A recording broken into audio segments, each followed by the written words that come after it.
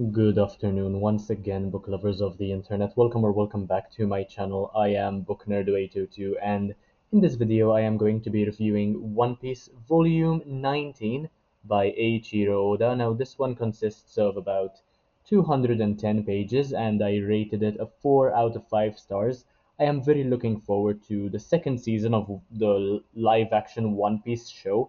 By the way, just a bit of a side note there. And I was also taking a look at my um, at the price tag on the book, and apparently it comes with an expiration date for 23, and you can see the EXP on the side over there. I did not know that books have expiration dates because if that is the case, I should be suing a couple of people. I have a lot to worry about. But anyway, in this volume, the stakes are pretty high since Luffy is confined in a cage with some of his fellow Straw Hats from which he can't escape since he's basically allergic to water because he consumed the gum gum fruit, which is one of the devil fruits, and Mr. Zero or Sir Crocodile is truly a wonderful villain, and I don't think I've seen a despicable character behave so hatefully without a reason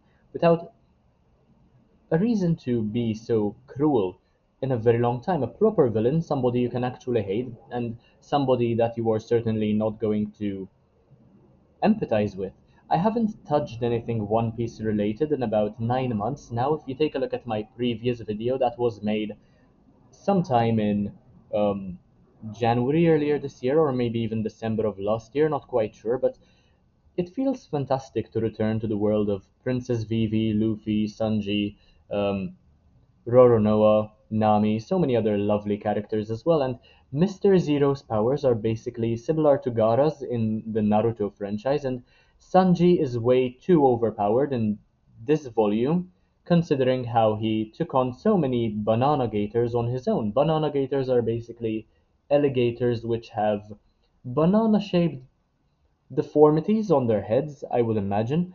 Um, so Chopper also serves a purpose in that he distracts the Baroque works villains while Sanji saves the Straw Hat crew. And what Mr. Zero has in mind is to start a civil war between the King's army and the rebels in order to have no opposition once he barges in and once he plans on making this country, so to speak, all his own. And the king is captured in the meantime, and Bon Clay, who is a character who can take on any form whatsoever, he takes over as King Cobra in order to rage bait the rebels.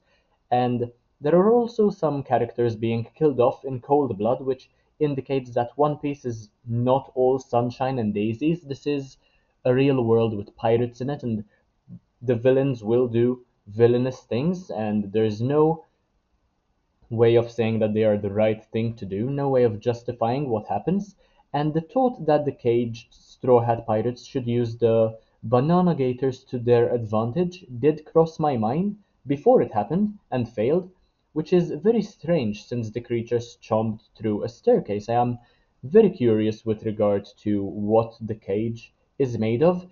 They were ultimately able to free themselves.